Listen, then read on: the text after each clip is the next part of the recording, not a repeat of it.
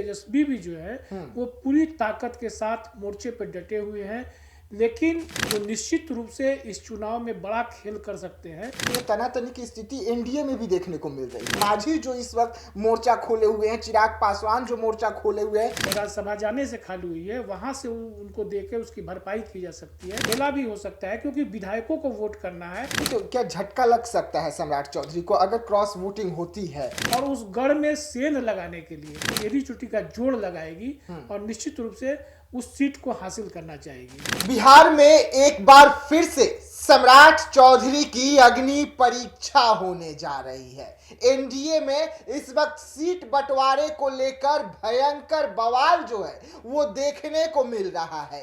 पेच तमाम पार्टियों में फंसी हुई है। लगातार तमाम पार्टियां जो है अपनी अपनी दावों को पेश कर रही है, लेकिन राजद पर सभी की नजर जो है वो टिकी हुई है, क्योंकि तेजस्वी यादव और राजद की बम्पर जीत के बाद तेजस्वी यादव जो है वो रणनीति के साथ मैदान में कूदे हैं। सम्राट चौधरी को धूल चटाने के लिए और अलग तरीके से राजद की तैयारी है। तमाम आज जानकारी हम आपको देंगे, क्योंकि उपचुनाव का शंखनाद जो है बिहार में एक बार फिर से हो गया है। और हमारे साथ में हमारे सीनियर जर्नलिस्ट राकेश जी जुड़े हुए हैं। सर, पहला सवाल आपसे, सम्राट चौधरी जब से बिहार के सीएम बने हैं एक झटका उनको लगा और तेजस्वी यादव की बम्पर जीत जो है वो देखने को मिली थी, और एक बार फिर से बिहार चुनाव से गुजर रहा है। क्या कुछ समीकरण रहेंगे, क्योंकि सीट बंटवारे में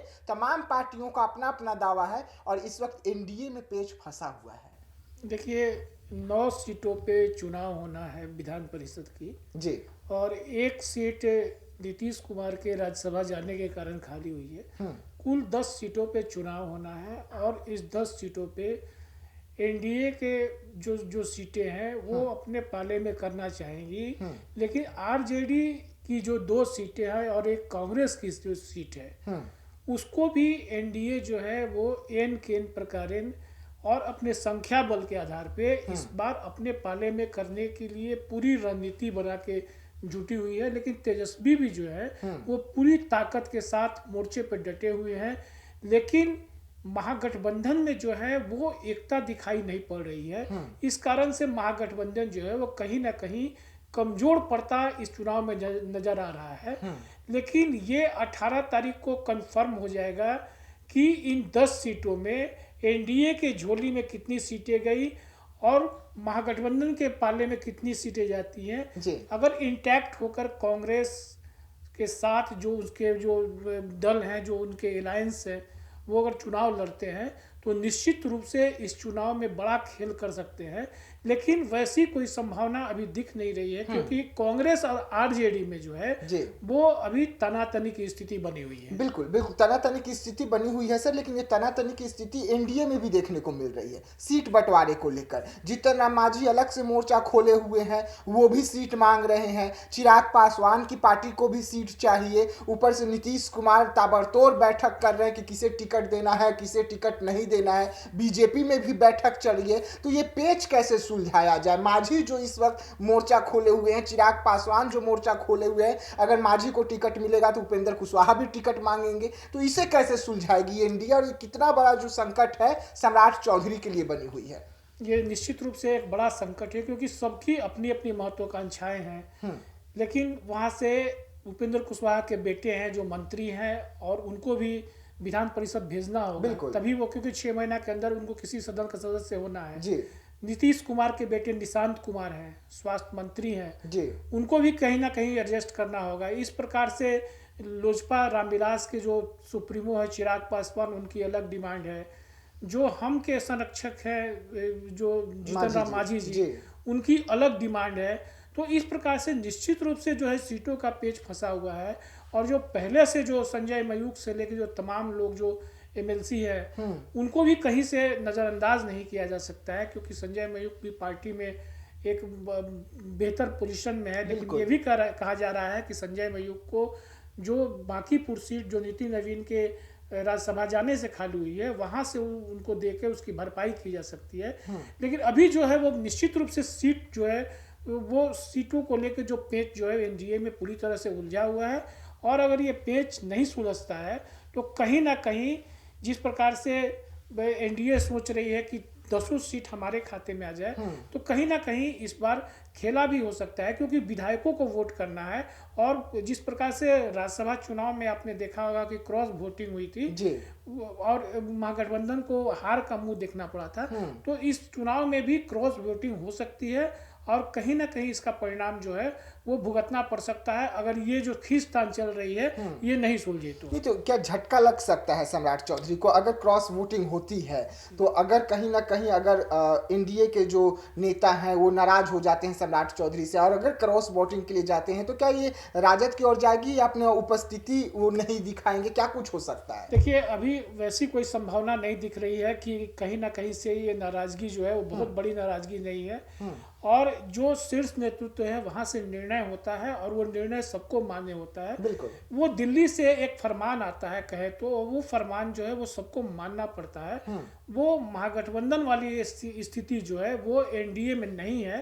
तो कहीं ना कहीं मुझे लगता है कि ये जो सीटों को लेकर जो पेच फंसा हुआ है, विधान परिषद की जो सीटें हैं 10 सीटें, एक सीट पे उपचुनाव होना है और 9 सीट पे चुनाव होना है, तो ये जो पेच फंसा हुआ है सीटों को लेकर वो कहीं ना कहीं सुलझ जाएगा।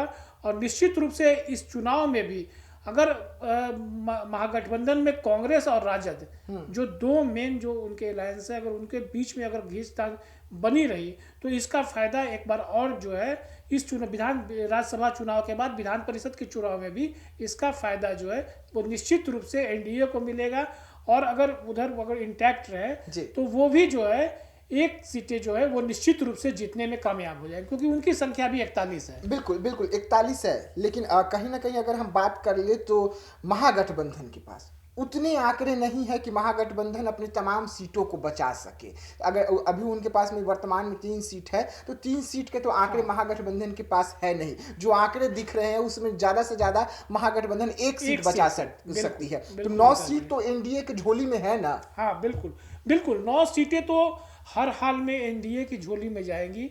लेकिन जिस तरह से जो अभी खींचतान चल रही है कांग्रेस और आरजेडी के बीच, तो उसमें नहीं लग रहा है कि एक सीट भी ये बचा पाएंगे। रोहिणी के भी चुनाव लड़ने की चर्चा है, हालांकि रोहिणी ने साफ तौर पे इनकार किया है कि मैं विधान परिषद की मैंने कैंडिडेट नहीं हूं, मुझे चुनाव नहीं लड़ना है। हालांकि उनके नाम की भी चर्चा जो है वो कई मीडिया हाउस में चल रही है, लेकिन रोहिणी ने भी फिलहाल इनकार किया है। अभी 8 तारीख तक नामांकन होना है, 8 तारीख को ही क्लियर हो पाएगा कि आखिर किसको किसको टिकट मिला है। लेकिन ये तय है कि अगर ये स्थिति बनी रही तो 10 सीटें जो है वो एनडीए की झोली में जा सकती है। लेकिन अगर आरजेडी और कांग्रेस एक मत होते हैं, उनमें अगर कोई सहमति बनती है तो निश्चित रूप से एक सीट तो वो जीत ही लेंगे। दूसरे सीट पे भी वो दावेदारी कर सकते हैं। दूसरे सीट पर दावेदारी कर सकते हैं, लेकिन बांकीपुर से हॉट सीट बनी हुई। बिल्कुल बिल्कुल, और इस पर सभी की नजर है। प्रशांत किशोर की भी खबर आ रही है कि चुनाव लड़ सकते हैं, मनीष कश्यप चुनाव लड़ सकते हैं और तमाम बीजेपी के बड़े नेता हैं वो भी चुनावी मैदान में हैं। वहां से चिराग पासवान भी बांकीपुर की सीट मांग रहे हैं। तो ये बांकीपुर का जो उलझन है इसे कैसे सुलझाए? बांकीपुर देखिए, बांकीपुर में उपचुनाव होना है और ये नितिन नवीन की सीट है और कहें तो भाजपा की पौराणिक सीट है। लगातार जो है बांकीपुर बिल्कुल गढ़ है और भाजपा लगातार वहां से जीतती आई है। इससे पहले आप वो जो पटना पश्चिम का क्षेत्र कहा जाता था और जो इनके पिताजी थे नवीन किशोर प्रसाद सिन्हा जी, वो लगातार वहां से विधायक होते रहे। तो एक तरह से कहे तो वो भाजपा का गढ़ है और उस गढ़ में सेंध लगाने के लिए अभी किसी दल में उतनी ताकत नहीं दिखाई पड़ रही है। प्रशांत किशोर जो है वो चारों तरफ से औंधे मुंह गिर चुके हैं और वो चारों खाने चित हो चुके हैं। एक बार फिर से जो है वो कहा जा रहा है कि वो अपना किस्मत जो है बांकीपुर से आजमाना चाहते हैं। लेकिन मुझे नहीं लगता है कि बांकीपुर की जनता जो है, जो वहाँ की जो समीकरण है वो किसी भी रूप में प्रशांत किशोर या किसी भी अन्य दल को स्वीकार करने की स्थिति में है।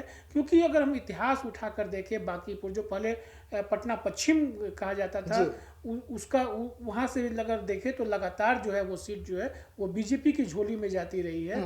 और चूंकि वो सीट राष्ट्रीय अध्यक्ष की है, राष्ट्रीय अध्यक्ष की सीट है, इसलिए भाजपा एड़ी चोटी का पसीना लगाएगी, एड़ी चोटी का जोड़ लगाएगी और निश्चित रूप से उस सीट को हासिल करना चाहेगी। चलिए, तो बिहार का समीकरण हम आपको बता रहे थे। भले ही अभी सीट बंटवारे को लेकर तमाम पार्टियों में खींचतान देखने को मिल रही है, लेकिन क्या कुछ समीकरण किस तरीके से बैठेगी और कौन सी पार्टी, कौन सी गठबंधन होगी, कितना सीट जीत सकते हैं, हम आपको पल पल की अपडेट लगातार देंगे, क्योंकि बिहार में एक बार फिर से चुनाव होने जा रहा है। चुनाव को लेकर शंखनाद हो गया है और सभी की नजर जो है इस चुनाव पर बनी रहेगी, क्योंकि सम्राट चौधरी की अग्नि परीक्षा है। तो ऐसे तमाम खबरों को लेकर बने रहिएगा देशवा न्यूज के साथ। दीजिएगा इजाजत। धन्यवाद।